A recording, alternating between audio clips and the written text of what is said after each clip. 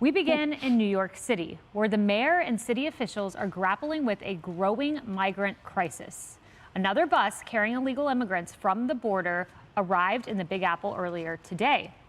And state and city officials, they are now desperately searching for places to house the thousands more expected to be on the way.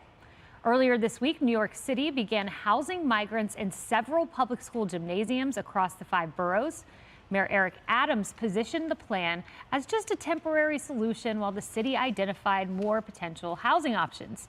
But it didn't take long for those migrants to begin lining the streets of these school zones, with these migrants gathering outside their shelter at an elementary school near Coney Island.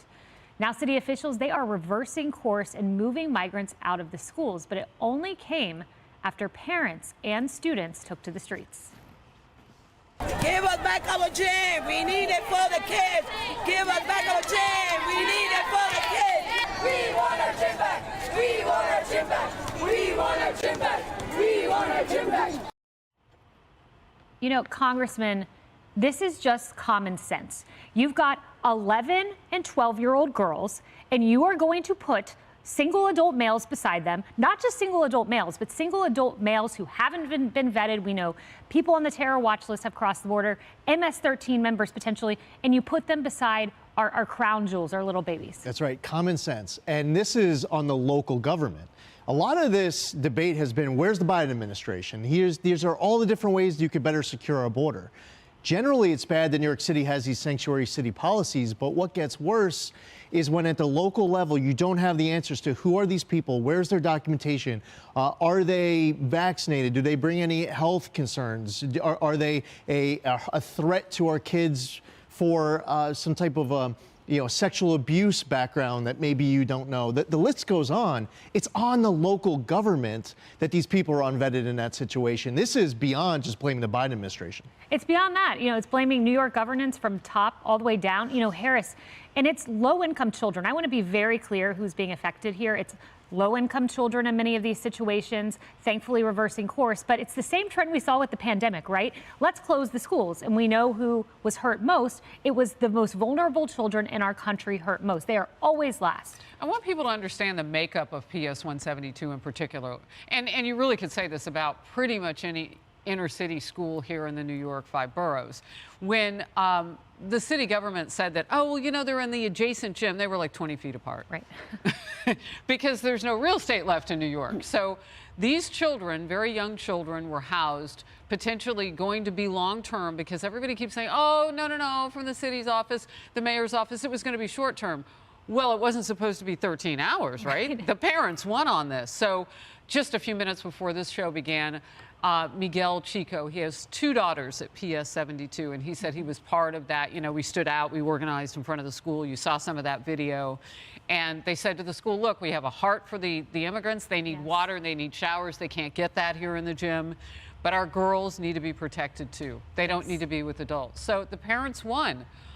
It's interesting. Of course we win. Our voices matter. But more importantly, he kept his kids home.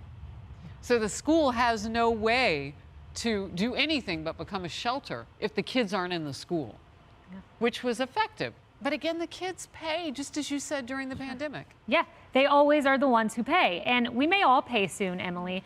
This caught my attention. Listen to what Governor Hochul says we might expect to see all across New York. Let us have a large field and operations. We can put up the tents. You're going to start seeing people living in tents, not just on the border, but in the streets of New York and across New York State, because we've reached a breaking point. Tents all across the state. Sounds like Portland. Exactly. I was going to say, it sounds like the West Coast. And Congressman, I actually would love your further insight in this, because as a gubernatorial candidate, we talk about the tension between, as you said, the local government and then down from Albany here. We know that because of a restraining order that was levied by a judge temporarily, the plan to bus these migrants from New York City to suburban counties was quashed. but temporarily. We are now dealing with just under 45,000 migrants in this city, with 13 to 15 buses expected in the next couple days.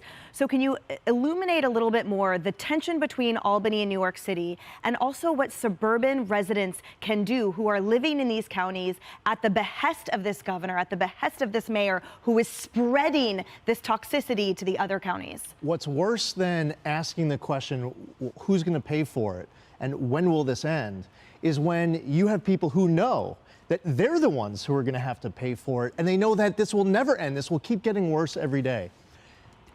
There are Democrats who are now saying that there's an emergency. They're using words like this is a crisis. They're right, but they're only asking for money. They have their hands out. They think that more money is going to fix it.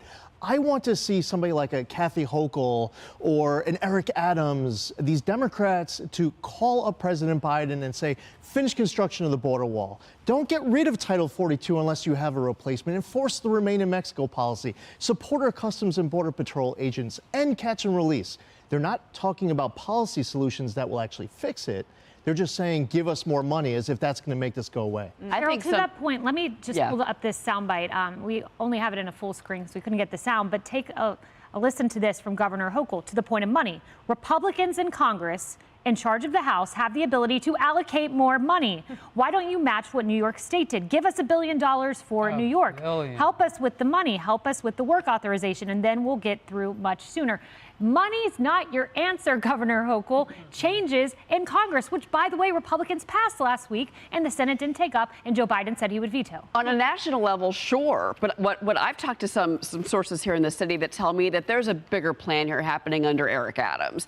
And what he wants to do, and Hochul just said it as well in that soundbite, is you're going to start seeing tents on the streets, tents in Central Park. These are real conversations because they want to make sure that the outrage, that the parents are angry, the taxpayers are angry. Everybody is, it's all over every newscast, national and local, to where the Biden administration will respond with money. But there's another side to this. The other thing that Adams wants to do, and that this is behind the scenes, and this is what they think is happening now, is that he wants to push to where there's actual legal change on the state level in Albany, Lee, and you know this, because they have to actually change the sanctuary city laws. At what point does this issue get so large and so combustible that New York City has, and the state, and this has to be, they have to work together, is no longer a sanctuary city? Right to shelter, which has also created the homeless disaster and the homeless industrial complex that is a multi-billion-dollar industry in this city. All the taxpayers are paying for that. Right to shelter, though, pushes out American citizens like those veterans that we saw up in upstate New York. I mean, that's what that legally would be allowed to do. But just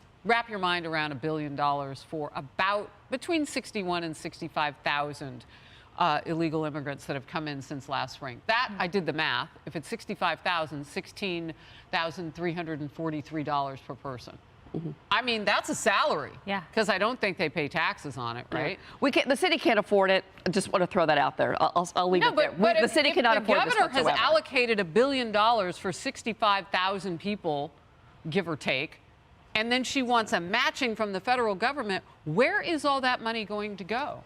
Why does she need all of that? What is that for? Corrupt service providers. I'll stop. Corrupt service providers. And the victim of Biden's border crisis, not just the kids in the schools here in New York, the children crossing the border. An 8-year-old died in Border Patrol custody, a 17-year-old last week. Children are dying, and our president is doing nothing. Hey, everyone. I'm Emily Campagno. Catch me and my co-hosts Harris Faulkner and Kaylee McEnany on Outnumbered every weekday at 12 p.m. Eastern, or set your DVR. Also, don't forget to subscribe to the Fox News YouTube page for daily highlights.